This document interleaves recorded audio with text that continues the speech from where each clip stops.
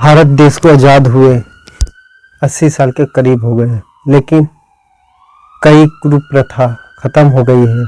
लेकिन कुछ कुप्रथाएं आज भी समाज में है, उसे समाप्त करना नामुमकिन ही है। जैसे कि भ्रष्टाचार भी एक कुप्रथा है, और एक और प्रथा जो कई सदियों से चला आ रहा है, खासकर राजस्थान के इलाकों में, ग्रामीण इलाकों में आटा साटा की प्रथा। आज यही आटा साटा के चक्कर में दामाद ने अपनी सास को गोली मार दिया और गंभीर रूप से दामाद हॉस्पिटल में भर्ती है। सास हॉस्पिटल में भर्ती है, आरोपी दामाद फरार है।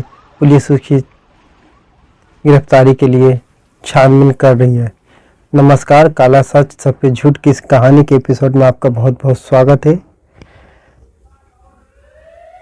और आज की कहानी के सबकी जुबानी में आज में हम एक ऐसी कहानी लेकर आएंगे जो कि एक प्रथा से जुड़ी हुई है, और ये प्रथा से न जाने कितने परिवार बर्बाद हुए हैं। आटा साटा की प्रथा से ही एक विवाद उत्पन्न हुआ है। दामाद ने सास को गोली मार दिया।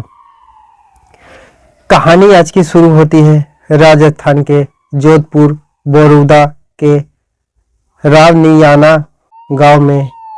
बीते रविवार 11 अगस्त को रात करीब 10 बजे गुस्से में लाल रामदयाल कालूराम के घर पहुंचा। उस समय कालूराम की पत्नी लीलावती और उसकी बेटी सुमन खाना खा रही थी। गली में आते से ही कुत्ते ने भौंकना शुरू किया। कुत्ते की भौंकने की आवाज़ सुनकर लीलावती और उनकी बेटी सुमन बाहर निकली, जहां रामदयाल ने बंदूक से डायरेक्ट लीलावती पर फायर झोंक दिया। फायर झोंकते ही लीलावती को 2 गोलियां लगी, एक दाएं हाथ में और दूसरे कंधे पर। फायरिंग के बाद रामदयाल मौके से फरार हो गया। ग्रामीण की भीड़ जुटी, कोहरा राम मचा घर में, और किसी ने पुलिस को सूचना दी। पुलिस मौके पर पहुंची। घायल अवस्था में पड़ी लीलावती को हॉस्पिटल भर्ती कराया गया। पूछताछ में लीलावती ने बताया कि रामदयाल अब शब्द बोलता था, इसलिए उन्होंने अपनी बेटी को उसके घर नहीं भेजा। आपको बता दें कि रामदयाल जलवानिया और कालूराम जाट के परिवार के बीच आटा साटा के तहत रिश्ता तय हुआ था। रामदयाल ने अपनी बहन को कालूराम के घर भेज दिया, लेकिन कालूराम ने अपनी बेटी को रामदयाल के घर नहीं भेजा। इसी बात को लेकर दोनों परिवार में लंबे समय से विवाद चला आ रहा है। पुलिस ने मौका मुआयना किया और सबूत इकट्ठा करने के बाद पुलिस महिला को हॉस्पिटल पहुंचाया। उसके बाद रामदयाल की तलाश में जगह जगह छापामारी कर रही है। अब आपको बता दें कि ये आटा साटा प्रथा है क्या। आटा साटा प्रथा एक कुप्रथा है, जो कि लड़की की अदली बदली करना ही आटा साटा प्रथा कहलाता है। बच्चा जब जन्म ही नहीं लेता तभी रिश्ता तय हो जाता है कि जब लड़का हो या लड़की तो उसकी शादी कहाँ करना है, किस घर में करना है। और जब लड़का लड़के पैदा होते हैं, बड़े होते हैं, शादी के योग होते हैं, या पुराने ज़माने में तो छोटे उम्र में ही आटा साटा के तहत शादी कर दिया जाता था, फिर उसके बाद निभाना मुश्किल होता है।